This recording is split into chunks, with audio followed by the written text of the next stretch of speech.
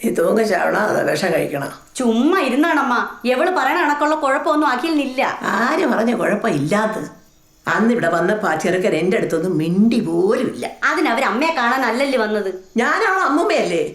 അവൻ എൻ്റെ അടുത്ത് ഇത്തിരി മിണ്ടിയ എന്തിനാണ് കുഴപ്പം? എന്നിട്ട് അവന് സ്ക്രീൻഷോട്ട് അയക്കണം പോലും.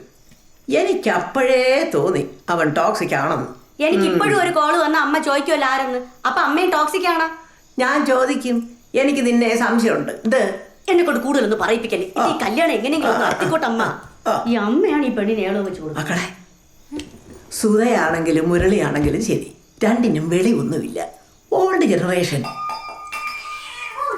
എന്തായാലും മക്കളെ മിണ്ടാതിരിക്കണത്? കമ്മലിടാത്തെന്ത്? അയ്യോ, കാത് പഴുക്കണ വേദന. എന്നാ ഞാൻ എടുത്തോട്ടാ.